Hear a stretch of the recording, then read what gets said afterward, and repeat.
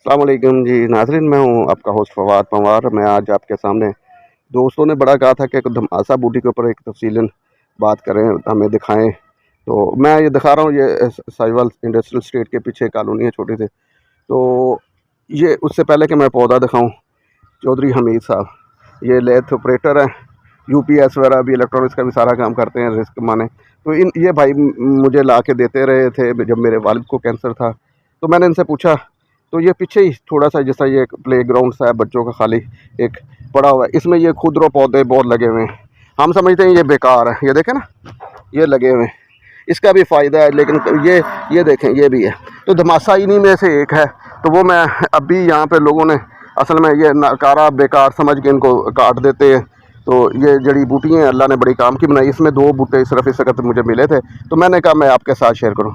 जी अमीर साहब, ये मासा बूटी, ये छोटे छोटे कांटे हैं इसमें। हाँ जी हाँ जी। और छोटे छोटे पत्ते हैं।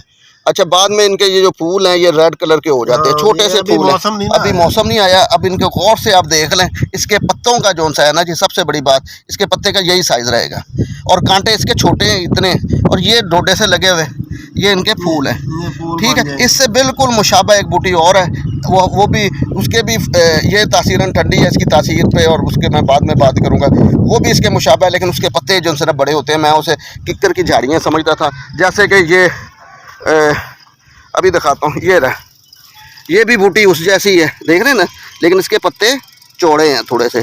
ठीक है, और ये इसके भी कांटे हैं। और ये वो बूटी नहीं है, जैसे यहीं पे एक और बूटी मुझे नज़र आई थी, वो भी आपको भी दिखाते हैं। ये ईज़िली अवेलेबल है, ये देखें, लेकिन आपको शनाख्त तो कब है। ये देखें जी, ये बूटी है, ये बूटा कुछ किसी और का है। ये देखें, ये अलग किसी और चीज़ का है, इसमें कांटे नहीं है। ये झाड़ी जो सी झाड़ी नुमा बूटी होती है, ये इसका साइज़ 2 फुट तक भी हो जाता है और ये फैल भी जाती है। ठीक है, ये भी वही है। इसकी खासियत ये है, ये कैंसर के लिए इंतहाई मुफीद है। कैंसर, किसी किस्म का भी कैंसर हो, इसकी चटनी बना के, इसको आपने ग्राइंड करके, इसकी सरदाई बना के ग्रीन भी दे सकते हैं। अगर ना मिले तो आपने सूखी पंसारी से भी ले सकते हैं। तो और इसकी तासीर ठंडी है, ये खून को फ़िल्टर करता है, खून की सफाई करता है। और इस कैंसर, तकरीबन हर तरह के कैंसर में ये आजमूदा चीज़ है। इसका रिज़ल्ट मैंने खुद आजमाया है, तो बहुत अच्छी चीज़ है। तो ये जो डोडे मैं आपको दिखा रहा हूँ, अभी मौसम नहीं आया, ये कलियाँ सी लगी हुई हैं इसकी, ये गुलाबी से रंग के फूल बन जाते हैं। तो मेरे बहुत सारे दोस्तों ने मुझे कहा था, वीडियो एक क्लिप्स मैंने बना के छोड़ा हुआ था, उन्होंने कहा इस पे ना थोड़ा तफसीलन इस बोट को हमारे ना निशानदेही हमें करवाएं। ठीक है, ये रहा। उम्मीद है कि आपको ये वीडियो और ये बात पसंद आई होगी। तफसील से अगर आपने पूछना किसी बारे में, इसको किस तरह देनी है, इसको दिन में 2 दफ़ा मरीज़ को आप खिलाएँ, इंशाअल्लाह ताला इसका बहुत फ़ायदा होगा।